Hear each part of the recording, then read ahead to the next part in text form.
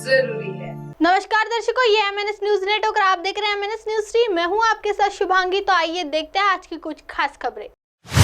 PM Modi ने project tiger की जमकर की तारीफ। प्रधानमंत्री नरेंद्र मोदी ने शुक्रवार को एक बैठक को वर्चुअली संबोधित करते हुए एक प्रोजेक्ट टाइगर की जमकर तारीफ की। उन्होंने कहा कि ये अग्रणी संरक्षण का पहला परिणाम है कि दुनिया के 70% बाघ भारत में पाए जाते हैं। पीएम मोदी ने शुक्रवार को चेन्नई में G20 पर्यावरण और जलवायु स्थिरता मंत्री स्तरीय बैठक को वर्चुअली संबोधित करते हुए कहा कि प्रोजेक्ट लायन और प्रोजेक्ट डॉल्फिन पाइपलाइन में है। उन्होंने बताया कि भारत में हाल ही में हमारे ग्रह पर 7 बड़ी बिल्लियों के संरक्षण के लिए अंतर्राष्ट्रीय बिग कैट अलायंस लॉन्च किया है। यह एक अग्रणी संरक्षण पहल है। प्रोजेक्ट टाइगर से हमारी सीख पर आधारित है। हम प्रोजेक्ट लायन और प्रोजेक्ट डॉल्फिन पर भी काम कर रहे हैं। इंटरनेशनल बिग कैट्स अलायंस को इस साल अप्रैल में कर्नाटक के मैसूर यूनिवर्सिटी में प्रोजेक्ट टाइगर के 50 साल पूरे होने के उपलक्ष्य में प्रधानमंत्री मोदी ने लॉन्च किया था। देश की जलवायु प्रतिबद्धताओं पर जोर देते हुए पीएम मोदी ने यह भी कहा कि स्थिति नवीकरणीय ऊर्जा क्षमता के मामले में भारत दुनिया के शीर्ष 5 देशों में से एक है। पीएम मोदी ने कहा कि हमने 2070 तक शून्य हासिल करने का लक्ष्य भी रखा है। आज भारत स्थापित नवीकरणीय ऊर्जा क्षमता के मामले में दुनिया के शीर्ष 5 देशों में से एक है। हम अंतर्राष्ट्रीय और गठबंधन CDRI और उद्योग परिवर्तन के लिए नेतृत्व समूह सहित अपने गठबंधन के माध्यम से अपने सहयोगियों के साथ सहयोग करना जारी रखेंगे। भारत जैव विविधता संरक्षण संवर्धन पर काम करने में लगातार अग्रणी रहा है। आइए बढ़ते अगली खबर की ओर। राम मंदिर बनाने का श्रेय कैसे ले सकती है बीजेपी?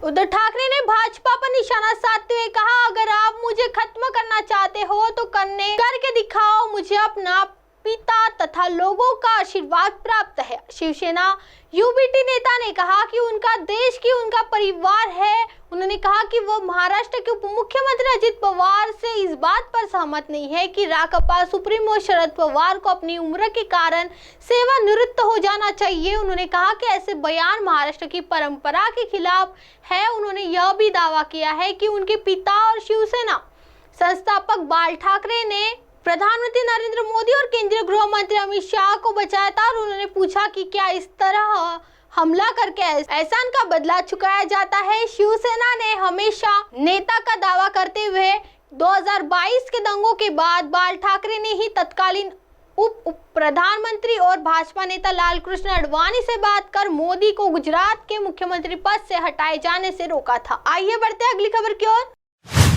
शायराना अंदाज में बादल पर भगवंत मान ने साधा निशाना। पंजाब के मुख्यमंत्री भगवंत मान ने कांग्रेस छोड़कर बीजेपी में शामिल होने वाले पूर्व वित्त मंत्री मनप्रीत बादल पर निशाना साधा है। उन्होंने ट्वीट कर लिखा है कि मनप्रीत बादल जी, ईमानदारी की इतनी मिसालें मत दीजिए। मुझे आपके बगीचों की परवाह नहीं। अपनी गाड़ी खुद चलाना, टोल टैक्स देना, ये सब नाटक अपनी भाषा में शेयर करें। जवाब का इंतजार। CM मान ने एक और ट्वीट शेयर कर लिखा, तू इधर उधर की बात न बात कर, यह बता कि काफिला क्यों लूटा। मुझे रहजानों से गिलना नहीं, तेरी रहबरी का सवाल है। CM मान ने बादल के इस बयान पर किया पलटवार। आपको बता दें कि कुछ समय पहले विजिलेंस ने पूर्व वित्त मंत्री मनप्रीत बादल से पूछताछ की तो उस समय उन्होंने कहा था कि वो 9 साल तक मंत्री रहे, लेकिन कभी उन्होंने सरकारी गाड़ी, पेट्रोल डीजल, हवाई जहाज की टिकट, होटल का किराया, रेलवे की टिकट और मेडिकल सुविधाओं का इस्तेमाल नहीं किया। वो तो मैं एक कप चाय की भी शौकीन नहीं है। उनके पास 3 मोटरें हैं जिसका बिल वो खुद भरते हैं, जबकि किसानों का बिल, बिजली का बिल माफ है, लेकिन उन्होंने यह सुविधा नहीं ली है। अब आप हमारे चैनल को आपके मोबाइल पर भी देख सकते हैं। मोबाइल ऐप पर देखने के लिए play store MNS news 3 app download करें। इंस्टा, ट्विटर, हाइकूक, फेसबुक और कई सोशल मीडिया के प्लेटफॉर्म पर हमारा चैनल उपलब्ध है। आप इसे यूट्यूब पर भी देख सकते हैं। आप हमारे चैनल को लाइव भी देख सकते हैं www.mnsnews3.com पर। फिलहाल वक्त हो चला है दर्शकों ब्रेक का। ब्रेक से लौटने के बाद देखिएगा देश और दुनिया की तमाम खबरें। बनी रही MNS न्यूज TV पर। नमस्कार।